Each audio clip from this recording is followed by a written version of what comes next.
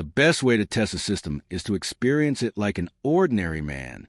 That was a thought that played in Ethan Caldwell's mind as he pulled his old leather jacket tighter around him and stepped out of his sleek black sedan. The vehicle was unremarkable, nothing flashy, nothing to hint at wealth. He had parked it 2 blocks away from the towering Caldwell Financial headquarters to avoid drawing attention. It was a crisp autumn morning, the kind where the air smelled faintly of rain, and the wind carried a whisper of winter. As Ethan strode down the street, he blended into the crowd. A middle-aged man in worn jeans, a cap pulled low over his salt and pepper hair, and a quiet presence that went unnoticed by the busy passers-by. And that's exactly how he wanted it. For the last 2 decades, Ethan had built Caldwell Financial into a banking empire. He had started with nothing, just a vision, relentless drive, and the belief that a bank should serve people, not just numbers on a balance sheet. But success came with distance. With every expansion, every high-level board meeting, every executive decision made in glass-walled offices, he had drifted further from the people who actually used his bank. It was time to see what his bank was really like from the other side of the counter. No assistants, no VIP access, no whispered orders to make things smooth. Today, he was just another customer. As he reached the grand entrance, Ethan took a moment to observe his surroundings. The towering building loomed over the city skyline, a symbol of power and prestige. The golden emblem of Caldwell Financial gleamed above the revolving glass doors. He had once looked at this building with pride. Now, he wondered what it felt like to those who walked in needing help, needing service, needing someone to care. Did they feel valued, or did they feel small? He inhaled deeply, squared his shoulders, and stepped inside. The moment Ethan walked into the lobby, he was hit by the scent of polished wood and freshly brewed coffee, a signature touch meant to make clients feel at ease. The space was vast, designed to impress, with high ceilings, gleaming marble floors, and an air of quiet efficiency. His eyes scanned the room. To his left, a man in a designer suit spoke in hushed tones with a personal banker, the two nodding over what was likely a multi-million-dollar investment portfolio. To his right, a young couple clutched hands nervously as they waited for a loan officer, their fingers intertwined with silent hope. And in the center of it all, rows of tellers worked behind a long counter, handling transactions with well-practiced smiles and the occasional weary sigh. Ethan walked toward the nearest teller. A young woman with dark brown curls pulled into a loose bun. Her uniform was crisp, but her eyes held the exhaustion of someone who had been on her feet for too many hours. Her name tag read, Melissa Carter. "Good afternoon," he said, placing a withdrawal slip on the counter. His voice was steady but casual. "I'd like to withdraw $5,000, please." Melissa gave him a polite nod, taking the slip and glancing at it before typing something into her computer. "Can I see your ID, sir?" she asked, her tone professional but friendly. Ethan slid his driver's license across the counter, watching as she examined it before returning to her screen. For a moment, everything seemed routine. He could hear the soft clicking of her keyboard, the low murmur of conversations around him, the distant sound of a printer spitting out a receipt. And then something changed. Melissa's fingers hesitated over the keys. Her expression shifted, a flicker of uncertainty crossing her face. Her gaze lifted, meeting his. "I'm sorry, Mr. Caldwell," she said carefully. "I can't process this withdrawal." Ethan's eyebrows lifted ever so slightly. "Excuse me?" She swallowed, glancing at the screen again, as if hoping the system had made a mistake. "Your account has a security hold," she explained. "It flagged unusual activity earlier today. I can't authorize a withdrawal without further verification." Ethan felt a slow, creeping amusement wash over him. A security hold? On his own account? He knew his bank's policies inside and out. Certain withdrawals, especially large ones, could trigger security measures. It was meant to protect customers from fraud. But this was his account, his name, his money, his bank. And yet, here he was. Ethan exhaled, keeping his voice even. "I appreciate the caution, but I can answer any questions you need." Melissa nodded. "I understand, sir, but I still need additional clearance from management before I can approve this." Something about the way she said it caught his attention. There was no arrogance, no cold attachment, just duty. She was following the rules, and she was doing it exactly the way she had been trained to. He respected that, but he was also curious. "How long will that take?" he asked. "I can call a supervisor right now," she offered, already reaching for phone. Ethan considered his next move. He could have ended the charade right there. One phone call, one signature, and everything would be cleared. He could flash his CEO credentials, demand his money, and leave with his authority intact. But then, what would he learn? He nodded. "Go ahead." Melissa pressed a few buttons on her phone. "Mr. Donahue, could you come and tell her 3? I need authorization for a restricted withdrawal." A moment later, a man in a navy blue suit approached. He was tall, with sharp features and the air of someone who had dealt with his fair share of complaints. His name tag read, Greg Donahue, floor supervisor. "Sir," Donahue said briskly, giving Ethan a once-over that lasted a second too long. "I understand you're having an issue." Ethan repeated his request. "I'd like to withdraw $5,000. Donahue barely glanced at the teller's screen before shaking his head. "We have policies in place, sir. This withdrawal is flagged. You'll need to return another day." Ethan's jaw tightened, not because of the denial. Policies existed for a reason, but because of the way Donahue said it.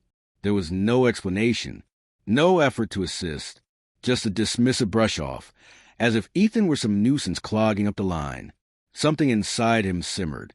He turned slightly, catching Melissa's uneasy expression. She looked uncomfortable, almost as if she wanted to interject, but knew it wasn't her place. Ethan's gaze snapped back to Donahue. "Is that how you handle all customers?" he asked, his voice deceptively calm. Donahue's expression didn't change. "Sir, we handle all clients professionally, but rules are rules." Ethan let a slow smile form. It wasn't warm.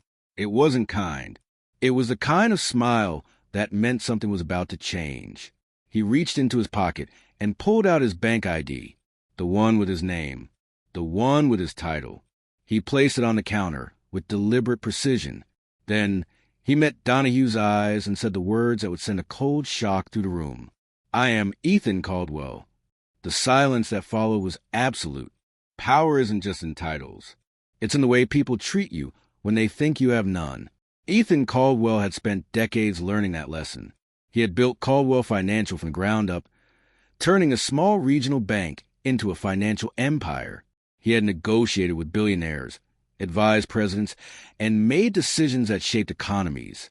And yet, here he was, standing in the middle of his own bank, being denied access to his own money, treated like just another inconvenience. The moment the words left his mouth, "I am Ethan Caldwell," the entire atmosphere in the room shifted.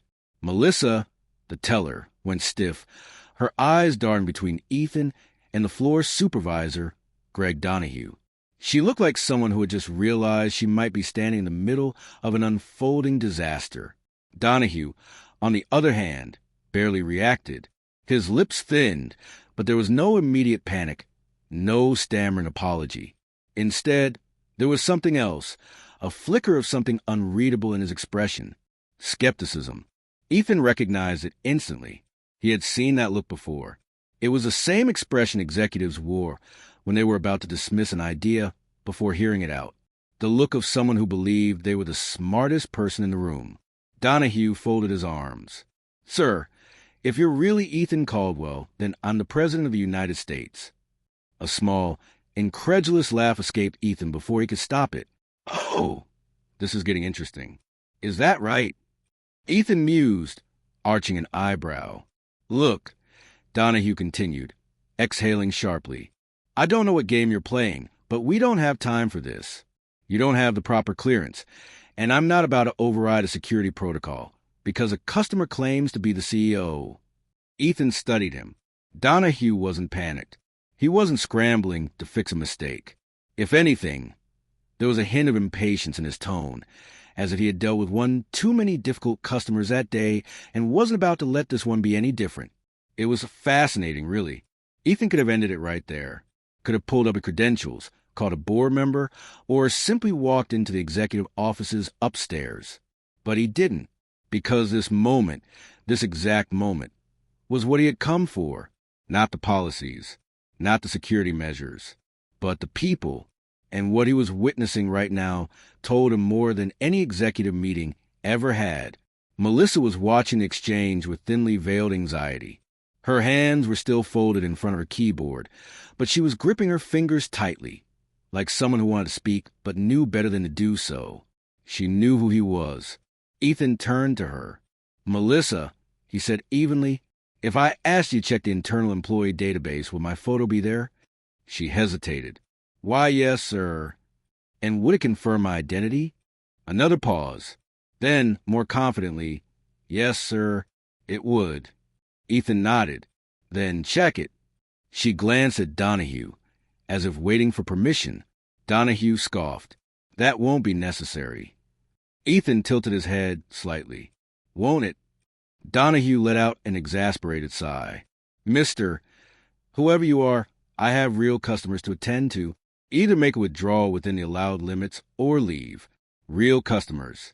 Ethan felt something slow and cold settle in his chest. It wasn't about security anymore. It wasn't about protocol. It was about dismissal.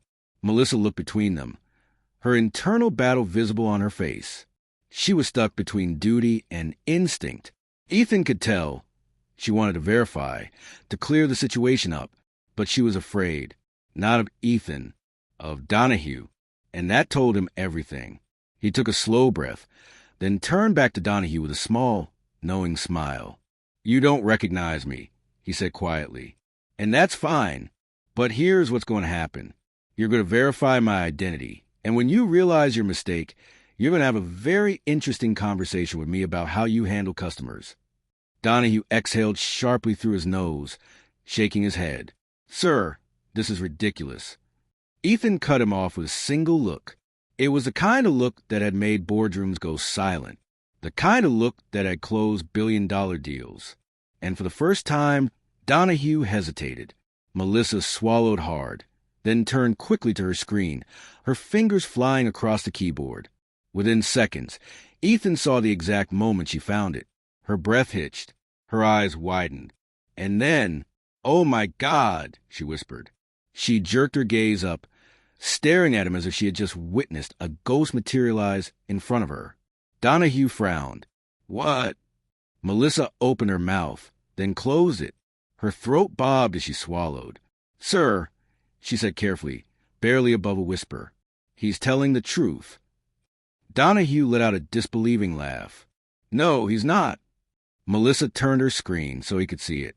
Ethan watched with quiet amusement as Donahue's face went from smug to confused to utterly, visibly horrified.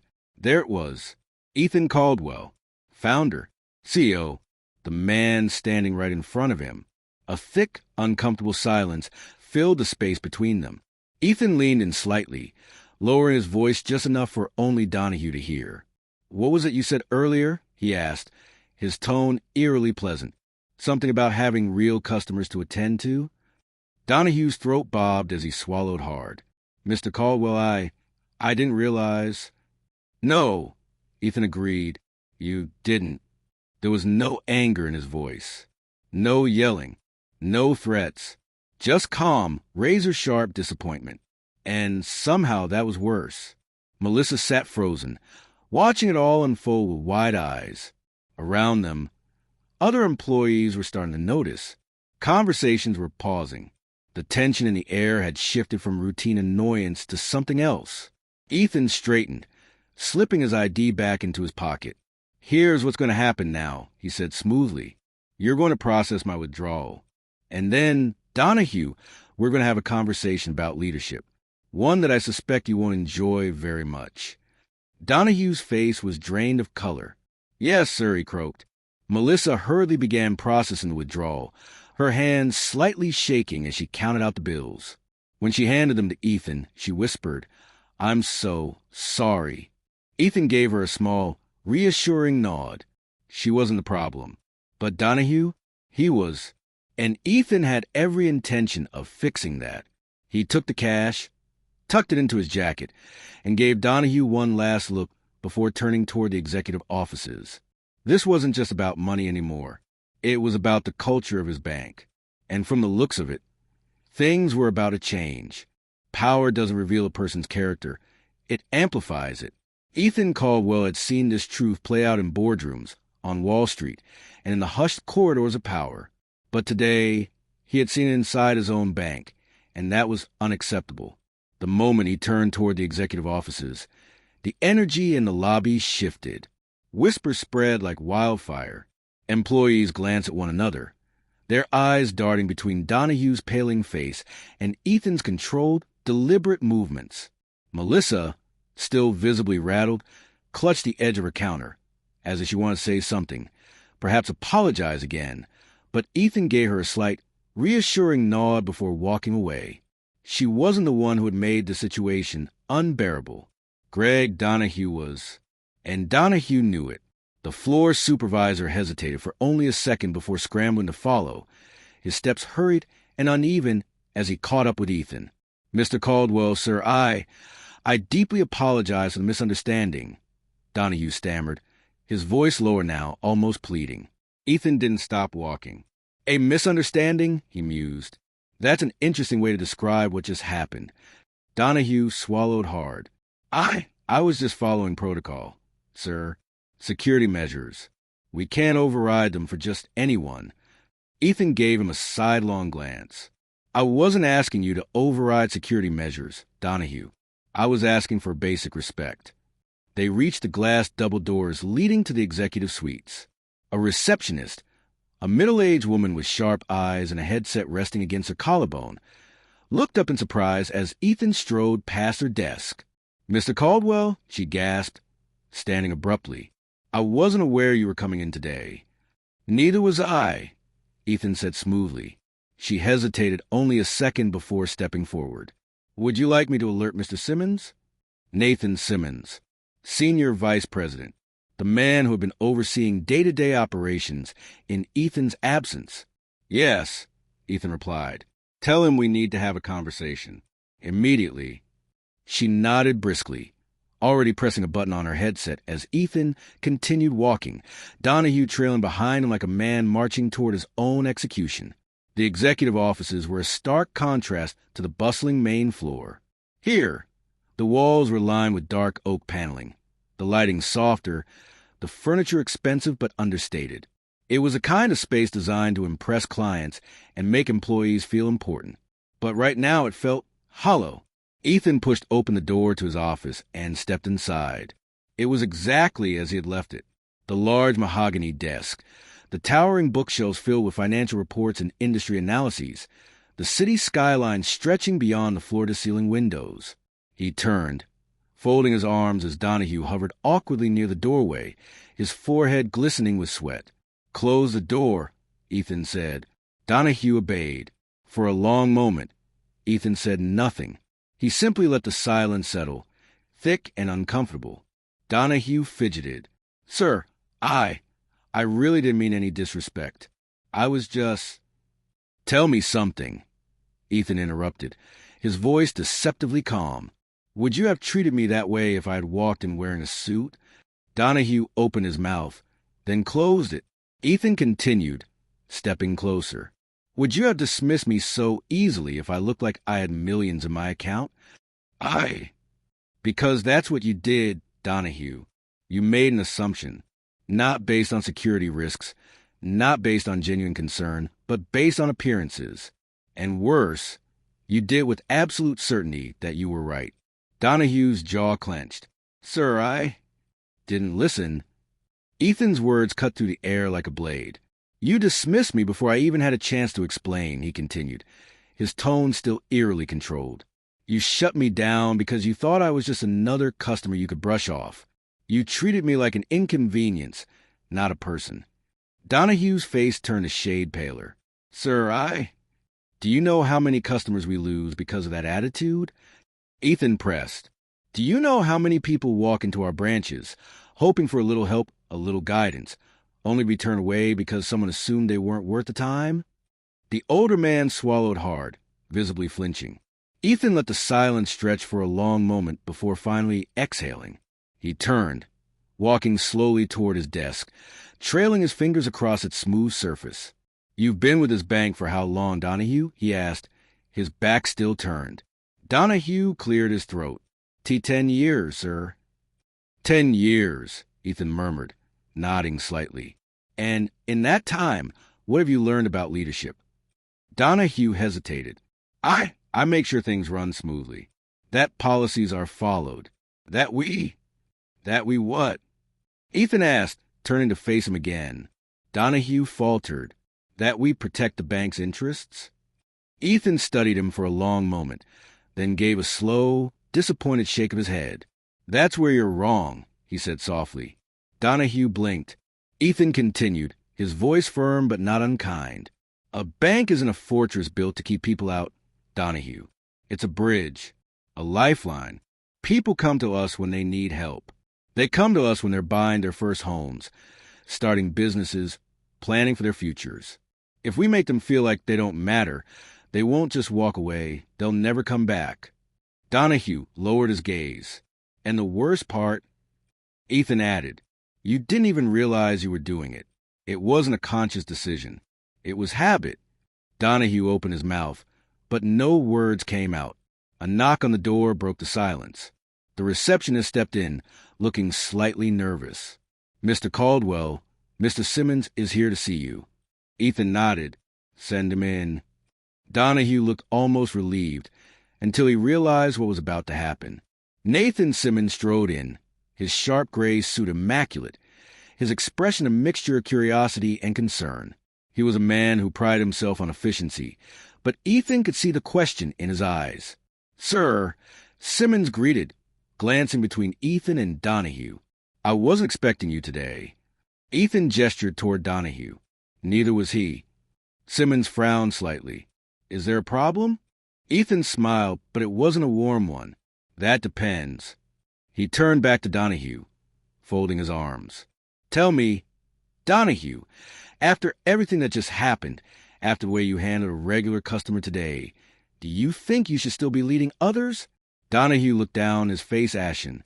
Ethan glanced at Simmons. "We're going to have a serious discussion about training, about leadership, about culture." Simmons straightened. "Of course, sir." "And Donahue?" Ethan met the older man's gaze once more. "Effective immediately, you're being reassigned. We'll talk about whether there's still a place for you in this company. But if you stay, one thing is certain. You're going to learn what it really means to serve." Donahue swallowed hard, then gave a stiff nod. Ethan exhaled, running a hand through his hair before looking back at Simmons. "Let's fix this," he said simply. And just like that, the conversation that would change Caldwell Financial's future had begun. The true measure of leadership isn't power. It's the impact you leave behind.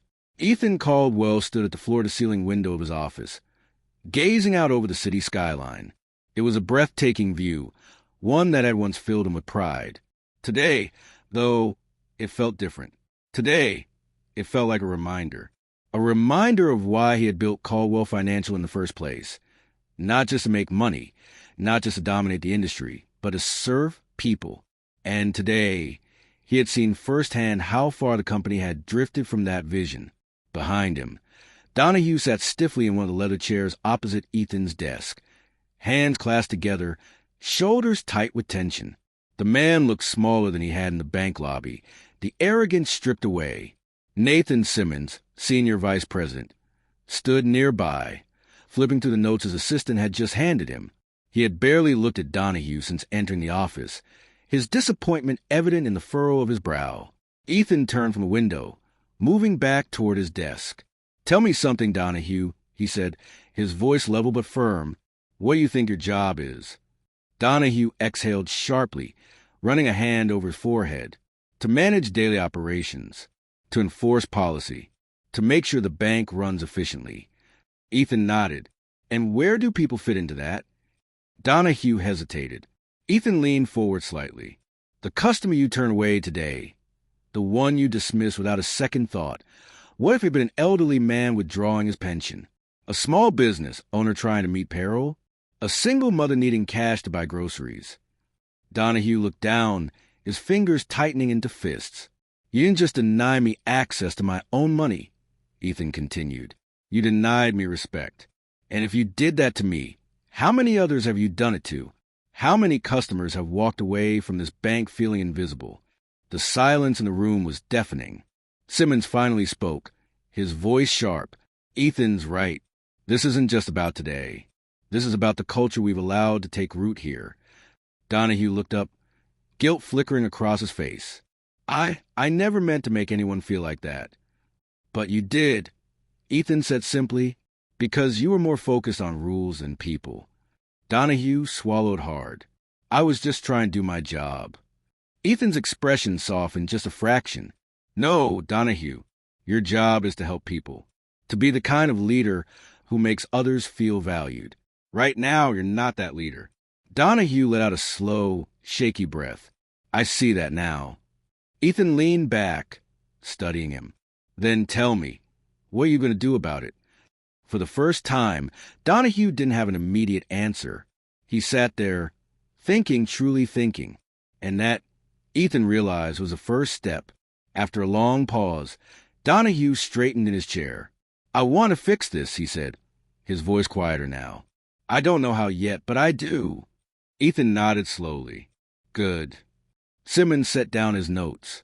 I think we should start with retraining, not just for Donahue, for everyone. Frontline employees, supervisors, even upper management. We need to make sure our people understand that our customers aren't just numbers on a balance sheet.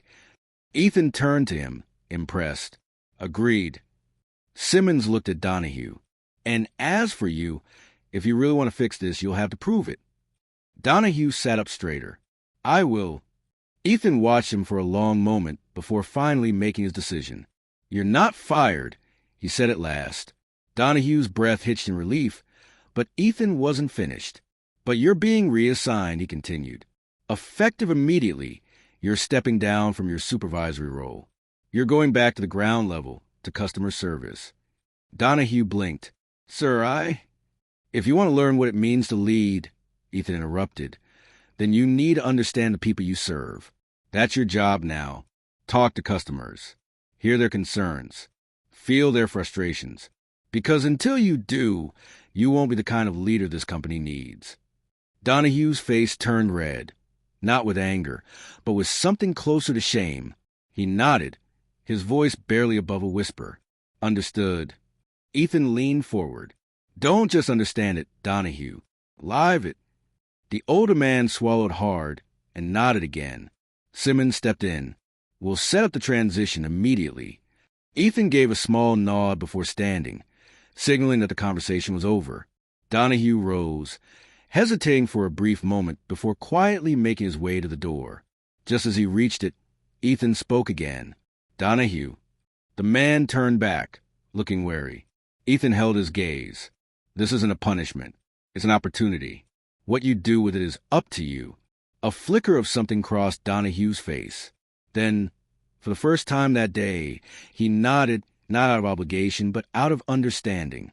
As the door closed behind him, Ethan let out a long breath. Simmons crossed his arms. That was unexpected. Ethan gave a small smile.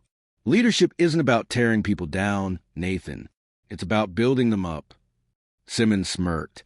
You always did like taking the hard road. Ethan chuckled. Maybe, but I'd rather fix the problem than replace it. Simmons shook his head, but there was admiration in his eyes. Well, boss, I think you just changed that man's life. Ethan turned back to the window, looking out at the city once more. Good, he murmured, because that's what real leadership is about. One act of leadership can change a culture. One act of kindness can change a life. Ethan Caldwell had always believed that leadership wasn't about titles. It was about impact. And today, as he stepped back onto the main floor of his own bank, he could feel the weight of that belief settling over him like a mantle. The atmosphere was different now. The hushed whispers from earlier had transformed into a low buzz of curiosity, a shift in energy that spread like an unseen ripple. Employees who had once dismissed him as just another customer were now stealing glances, their expressions ranging from awe to uncertainty. He wasn't just the CEO anymore. He was the man who had seen everything. Melissa, the young teller who had been caught in the middle of it all, straightened as she saw him approach. There was something in her face, something like hesitant admiration, mixed with lingering nerves. "Mr. Caldwell," she greeted cautiously. I didn't expect to see you back here so soon." Ethan smiled, setting his hands on the counter. "Neither did I." She exhaled, glancing around as if trying to gauge whether she was still in trouble. "You did the right thing, Melissa," Ethan said gently, "even when your supervisor was pressuring you to do otherwise." Her eyes widened slightly. I just wanted to follow protocol, sir. But I also didn't want to be disrespectful." Ethan nodded. "That's exactly why you weren't." A flicker of relief crossed her face, and for the first time, she let out a genuine smile. From the corner of his eye, Ethan noticed something else. Donahue, the former supervisor, stood near the customer service desks, awkward and out of place in his new role. Gone was the authoritative stance, the overconfidence. In its place was something different, something humbler, something uncertain. Ethan watched as a middle-aged woman approached Donahue, her face etched with frustration. "Excuse me. I've been trying to get someone to help me with my mortgage paperwork for weeks, and I keep getting bounced around," she huffed. "I just want to talk to someone who actually cares." For a brief moment, Donahue's old habits seemed to resurface.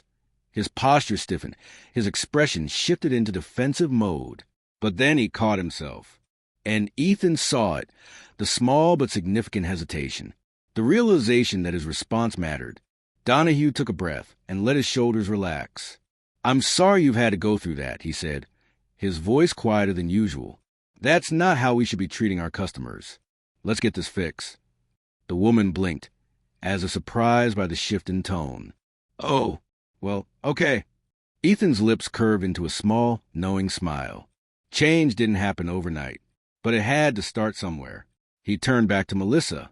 "Do me a favor," he said. "Keep that same kindness you showed today. Customers remember it more than you think." She grinned. "I will, sir." Ethan gave her a nod before stepping away, weaving to the bank lobby, feeling the eyes on him but choosing to focus only on the bigger picture.